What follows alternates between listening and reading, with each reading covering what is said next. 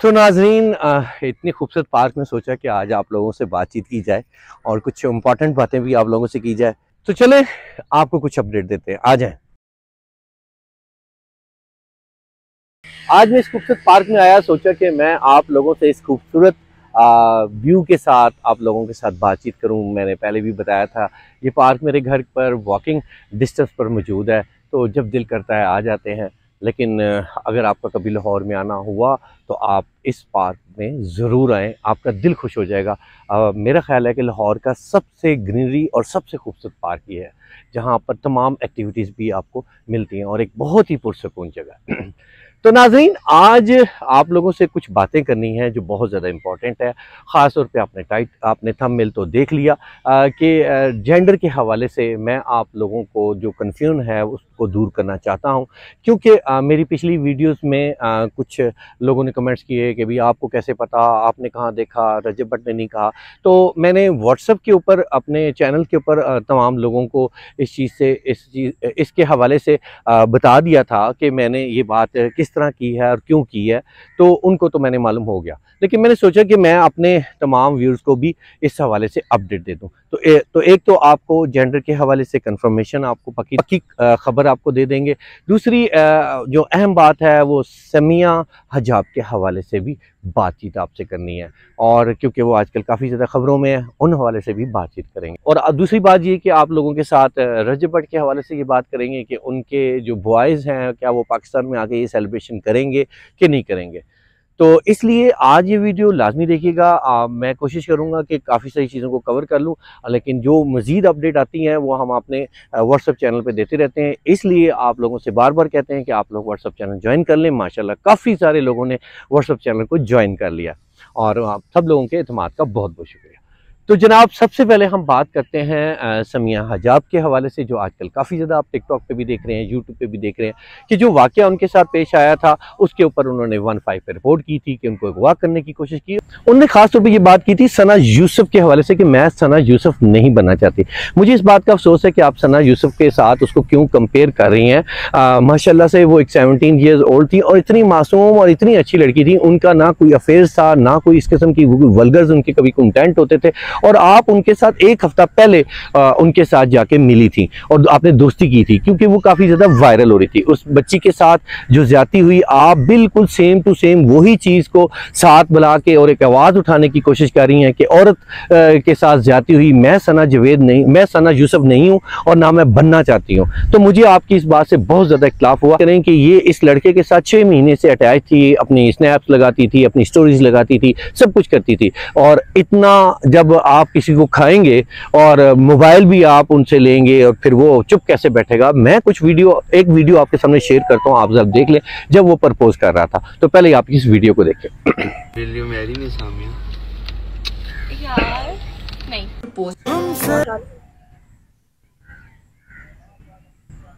तो यकीनन आपने ये वीडियोस देखी और अब आप खुद नजर लगाएंगे, आने वाले दिनों में आपके सामने कुछ और वीडियोस भी आएंगी। देखिए, लड़कियां जो होती हैं ना इस टाइप की, खान है, वो भी पॉडकास्ट कर रही हैं, फिर वही बातें कर रही हैं। खैर, मैं उसको इतना डिस्कस नहीं करना चाहता, उसके बारे में मैंने खुल के आपको उनके प्रूफों के साथ सारी चीज़ें आप लोगों को दिखा दी थी। तो आप उनके पॉडकास्ट सुनने की कोई ज़रूरत नहीं है। वो उनका काम है फेम हासिल करना, वो मुँह से भी कहती हैं फेम हासिल करने के लिए मतलब वो किसी हद तक जा सकती हैं। और जो समिया हिजाब है उनका भी यही काम है, फेम हासिल करने की। उन्होंने खाया पिया, आप देख रहे हैं इतने पैसे जो ट्रांसफ़र किए, उन्होंने अपनी पोस्टें लगा दी। और वो बंदा भी ठीक ठाक था, एक लैंड क्रूज़र पे आया था या लेक्सस पे आया था, लेकिन वो बंदा भी ठीक ठाक था। तो अब अपना मतलब निकल गया और उसके बाद उसको जवाब दे दिया और फिर आप तमाम बातें एक्सपोज करना शुरू कर दी। तो ये इस किस्म की लड़कियां जो हैं वो सिर्फ फेम हासिल करने के लिए किसी भी हद तक जा सकती हैं। उन्होंने सना यूसुफ को भी इस्तेमाल किया था। तो ये छोटी सी बात आप लोगों से करनी थी कि हमारे माशरे में औरत कार्ड खेला जाता है, और मैं उन बच्चों को ये कहना चाहता हूँ कि आप इस किस्म की लड़कियों से ज़रूर बचें, क्योंकि ये लड़कियों का सिर्फ मकसद यही होता है कि अगर कोई फेमस आदमी है या पैसे वाला आदमी है वो उसके साथ जुड़ती हैं, उसको खाती हैं, पीती हैं, फिर उसी को रगड़ा लगा देती हैं। अजान हो रही है, अजान के बाद बात करते हैं। ये थी सारी आपको अपडेट और न्यूज़ जो ट्रेंडिंग चल रही थी। अब हम बात करते हैं जेंडर के हवाले से रजब भट्ट के। तो जनाब मैं आप लोगों को ये बताता चलूँ कि बहुत से लोगों ने ये सवाल किया है मुझसे कि भाई आपको कैसे पता, ये तो ऐसी कोई बात रजब भट्ट ने की नहीं थी। तो जनाब मेरे व्हाट्सएप चैनल के ऊपर एक बहन है और वो बड़ी डाई हार्ड हैं और वो एक गाँव से तलक रखती हैं और इतनी ज़्यादा मोहब्बत करती हैं जैसे उनकी फैमिली का हिस्सा है। उनके साथ मेरी 2-3 दिन बात हुई, उन्होंने मुझे ये बात बोली यही कि रजब भाई ने ना दुबई में जब वो शिफ्ट कर रहे थे और वो अपार्टमेंट खरीदा था तो उस वक्त वो बोल रहे थे कि मैं वो लाइसेंस की बात कर रहे थे, तो साथ में ये भी बोला था कि मैं अपने मुन्ने को भी नेशनैलिटी मैंने दिलवानी है उसे दुबई की। तो मैं वो ढूंढ रही हूँ शार्ट, जैसे मुझे मिलेगा मैं आपको ना वो सेंड करूंगी इंशाल्लाह। मैंने ये खुद से बात क्यों करनी है। तो जनाब जब उन्होंने ये कहा कि रजब भट्ट ने अपने व्लॉग के अंदर ये बात की है कि भी मुन्ना आने वाला है, तो हमें पता है जेंडर का ना, तो मैंने कहा शायद क्योंकि मैं रजब भट्ट का व्लॉग नहीं पूरा देखता, मैं सिर्फ उनकी हाईलाइट्स और छोटी मोटी या कोई बहुत इंपॉर्टेंट चीज़ है सुनने वाली वो देखता हूँ, बाकी मैं उनका व्लॉग नहीं देखता। वेरी ऑनेस्ट मैं आपको बता रहा हूँ, ठीक है। बाकी टिकटॉक के ऊपर उनकी चलती रहती हैं, जो लोग शॉर्ट्स वगैरह लगाते रहते हैं, वहाँ से कुछ चीज़ें मुझे मिल जाती हैं और आप लोगों से बात कर लेता हूँ। लेकिन मैं यही समझा कि शायद रजब भट्ट ने ऐसी बात की, मैं तो उसके लिए शर्मिंदा हूँ। मैंने इतनी जल्दी आप लोगों को जेंडर का नहीं बताना था, वेरी ऑनेस्ट। मैंने बिल्कुल करीब जब टाइम करीब आना था तब मैंने आपको बताना था, लेकिन जब अब मैं बता चुका हूँ तो ज़ाहिर अब ये कंफर्म हो चुका हुआ है कि ज़ाहिर है अल्हम्दुलिल्लाह रजब भट्ट के घर जो पहली औलाद हो रही है वो बेटा है। और मेरी दुआ है कि अल्लाह पाक जो औलाद लेके आ रहे हैं वो रहमतों वाली हो, बरकतों वाली हो, अच्छे नसीब वाली हो, नेक हो, और बहुत सारी दुआएं। ये मेरी वीडियो यहाँ बन रही है, रिकॉर्ड के अंदर है, तो यकीनन आपको पता लग जाएगा। तो आप लोग कमेंट्स में बताइए कि अगर रजब भट्ट का जो बेटा होगा उसका नाम जो है वो क्या होना चाहिए। आप लोग कमेंट्स में ज़रूर बताइएगा। जो भी कमेंट्स करें नीचे आप अपना नाम ज़रूर तजवीज़ करें और कोई अच्छा सा नाम बताएं कि उनका नाम क्या होना चाहिए। सितंबर के महीने में जो है ये खुशखबरी आने वाली।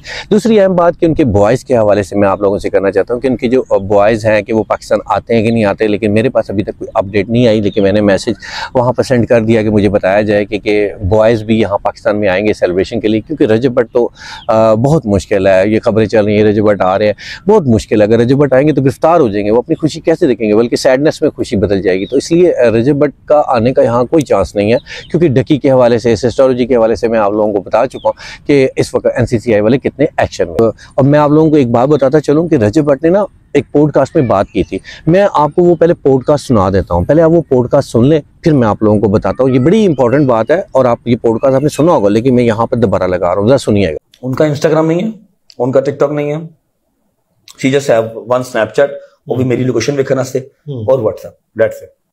उनका कोई लेना देना नहीं है सोशल मीडिया से, जबकि वो एक एजुकेटेड वुमन है, 16-17 पढ़ियां ने, मतलब मेरे को तो वही थक गई है, अच्छी फैमिली से हैं और एजुकेटेड फैमिली से हैं।